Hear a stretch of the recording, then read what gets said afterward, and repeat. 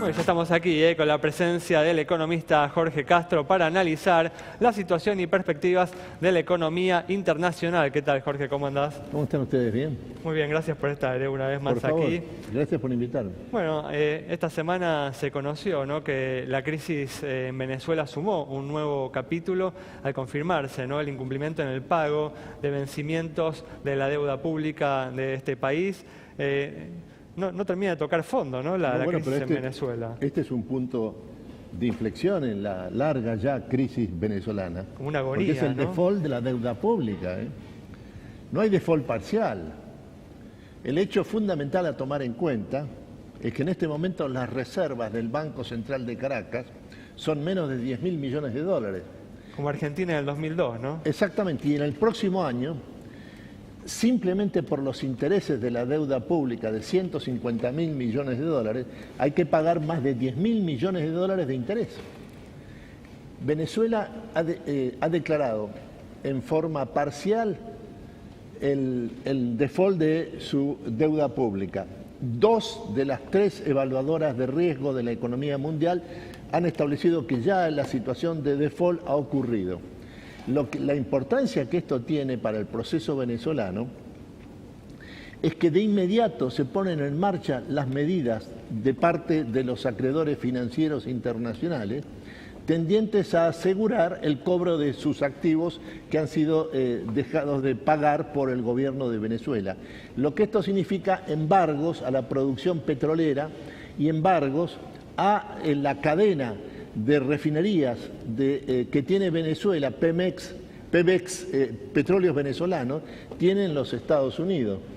Esto significa que el único resorte que tiene hoy Venezuela para conseguir dólares provenientes de las exportaciones petroleras quedaría cerrado. En ese caso, la larga crisis de más de 3 años de la economía venezolana, derivada en forma directa de la caída del precio del petróleo, adquiriría un punto de inflexión al generalizarse los embargos de sus exportaciones petroleras, que son más del 98% del total de sus exportaciones este año. ¿Vos crees que esto va a provocar la caída del gobierno de Venezuela? No, yo creo que lo que acelera es el proceso de desintegración social, política y económica que experimenta Venezuela. Venezuela se está transformando a la vista, y ahora se ha acelerado, en un estado fallido, un estado donde las estructuras estatales se han desintegrado en forma acelerada.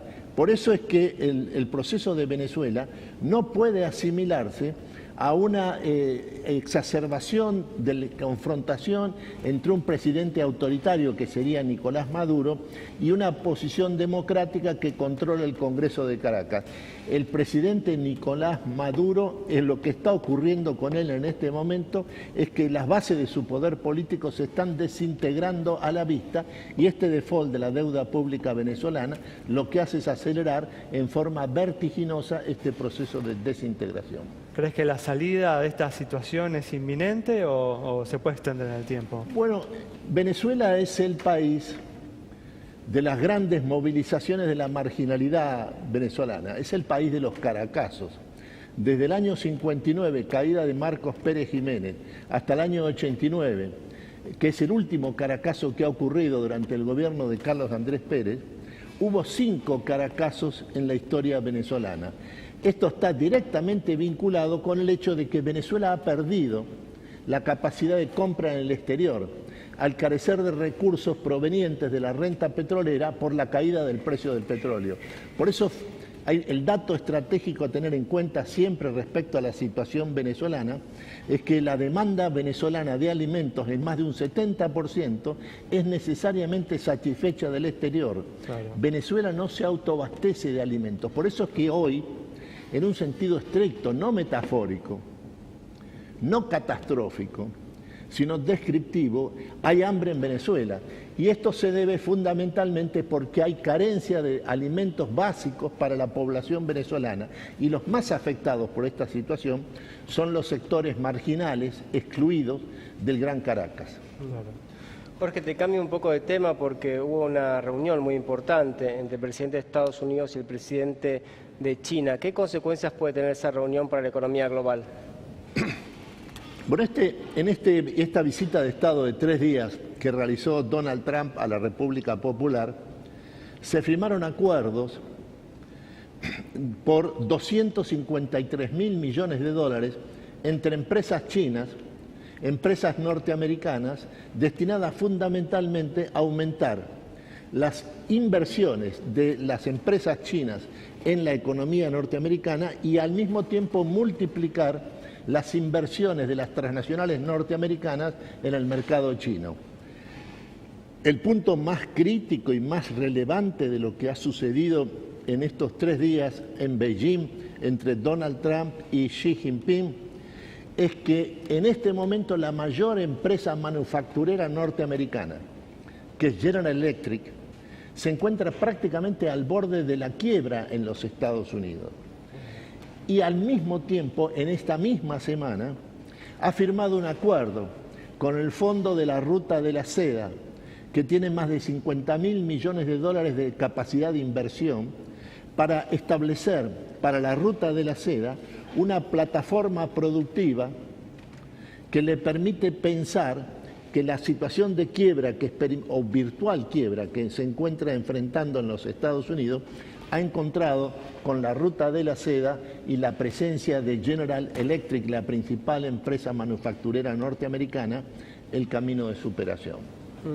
Ahora, también hay mucho temor por lo que pueda pasar si los Estados Unidos finalmente deciden subir la tasa de interés. ¿Pensás, lo que puede pasar en la Argentina, ¿no?, en los países emergentes, ¿no?, si los Estados Unidos comienza a funcionar como una verdadera aspiradora de inversiones a nivel mundial? ¿Pensás que eso es un escenario posible? La razón por la cual la economía norteamericana se transforma en una aspiradora de las inversiones del mundo está en relación directa a cuando la economía norteamericana vuelve a crecer.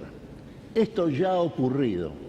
La inminente sanción por el Congreso norteamericano del recorte de impuestos que impulsa el gobierno de Donald Trump va a multiplicar esta tendencia al crecimiento económico y por lo tanto va a incrementar también el valor del dólar. Y esto va a sumarse el posible aumento de la tasa de interés de corto plazo dispuesta por la Reserva Federal. Esta semana, Jorge, se conoció precisamente una carta, ¿no?, de un grupo de millonarios norteamericanos oponiéndose a esta reforma impositiva, ¿no? ¿Te sorprendió esta postura? No, porque esta es... No, porque uno dice los millonarios norteamericanos se benefician, ¿no?, con esta reforma impositiva y sin embargo se oponen a ella, ¿no? Pero este recorte de impuestos, cuya característica fundamental es que la tasa máxima del impuesto a las ganancias para las empresas norteamericanas disminuye de 35% a 20%, fundamentalmente beneficia a 2 sectores, 2 protagonistas de la economía norteamericana. En primer lugar, a las empresas estadounidenses, no a los titulares de las empresas norteamericanas. Esta es el nivel de ganancias, de pago de impuesto a las ganancias que se reduce, es el impuesto a las ganancias corporativo. Por lo tanto, es posible que los titulares de esas empresas paguen más en términos de ganancias individuales que lo que han pagado en la etapa previa a este recorte de impuestos que se aproxima. Muy bien, bueno, Jorge, muchas gracias por estar con nosotros una vez más. Nos vamos entonces con el análisis de Jorge Castro sobre los importantes hechos que se están desarrollando en la economía internacional en estos últimos días. Nos encontramos el próximo viernes a las 20 horas aquí en Metro.